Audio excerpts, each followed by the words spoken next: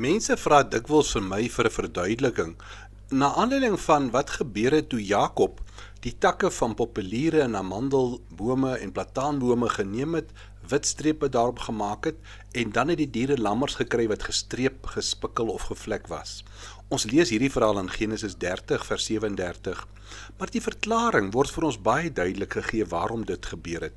Die agtergrond was dat Laban vir Jakob gevra het om nie van hom af weg te trek nie, maar om aan te hou om vir hom te werk. Hy kon dan enige gevlekte, gespikkelde of gestreepte skaap en bok as hy betaling hou.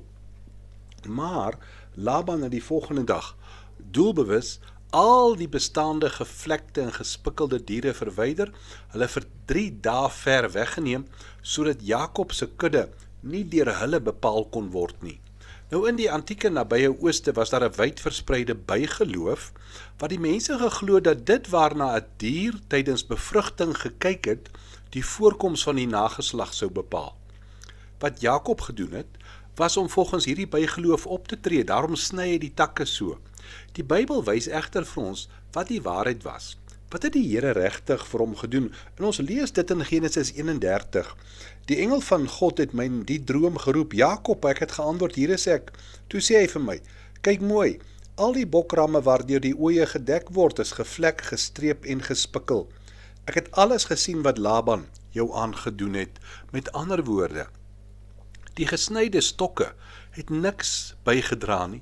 Die Here het die genetika van die diere, van die bulle en die ramme, het hy verander. Dit was sy ingrype wat gemaak het dat, maak nie saak wat Laban doen nie, maar God maak dit ongedaan.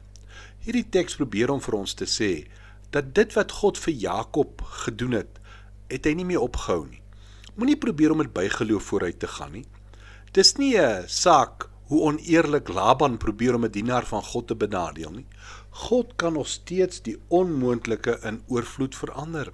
Ek en jy is skuldig. Ons wil net soos Jakob maak. Wanneer ons bedreigd voel, dan draai ons na ons eie paniekgedrewe skemas.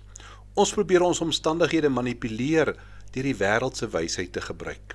Die Bybel wys egter dat God nie vir Jakob seën as gevolg van dit wat hy met die stokke gedoen het nie. Hy probeer om vir ons te wys, dis hy vir Jakob geseën het ten spyte van die sokke. God het onsigbaar in die diere so gewerk dat hy gesorg het vir Jakob. Jy moet onthou dat jou bevordering, jou genesing, jou deurbraak, jou huweliksrissies nie afhang van jou slim planne nie. God sien wanneer jy onregverdig behandel word, en hy is heeltemal in staat om ten spyte van wat ander aan jou doen, nog steeds vir jou te sorg. Wat Jakob gedoen het, word steeds gesien in hoe ons probeer om ons grootste probleem, naamlik die sonde, op te los met menslike, godsdienstige pogings. Maar God het ons dwaase metodes omsuil. Aan 'n houtkruis, 'n boom van 'n ander soort, het Jesus ons wonde geneem, sodat ons genees en regverdig kon word.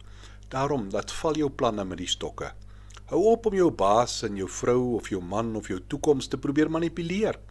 Vertrou dat die Here die onregverdigheid sien en dat hy ook vir jou sal sorg. Kom ons bid saam. Here, dankie dat U vir ons 'n goeie Vader is, wat weet wat ons nodig het. Maak ons oë oop om U ingrype raak te sien. Amen.